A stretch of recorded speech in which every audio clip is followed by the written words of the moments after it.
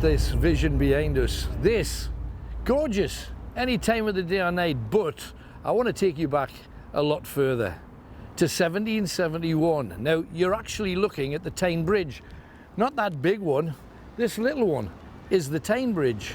It's the original Tyne Bridge, and it used to have buildings on it, shops and stores, with a tiny walkway through the centre.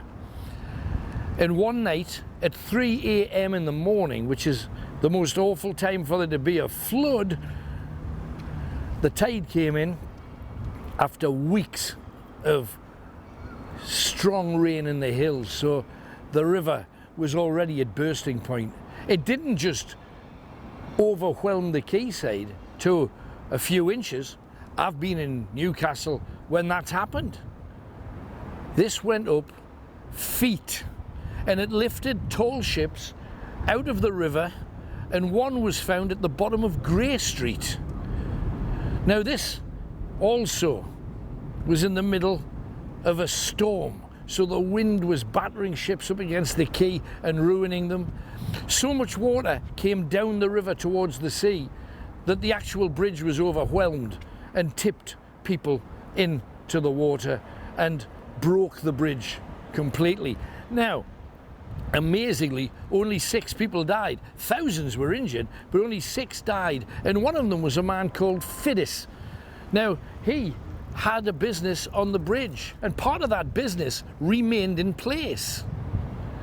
So he said, if I could get in there, I could get my money, I could get my documents, my deeds, all of the things that I need to rebuild my business. So he and his servant maid decided they were going to go back across the bridge, when of course a second wave came and swept them away, and they were 2 of the 6 people that died. But whenever really dark things happen, miracles often occur too. And about 2 hours later, at the far end of the river in North Shields, a tiny cot made of reeds was washed up on the shore with the baby still in it. How about that?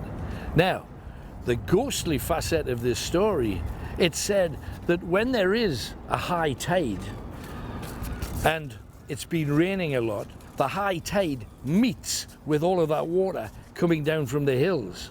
And when that does, if you put your camera facing towards the water, you see faces and hands reaching out, begging for help.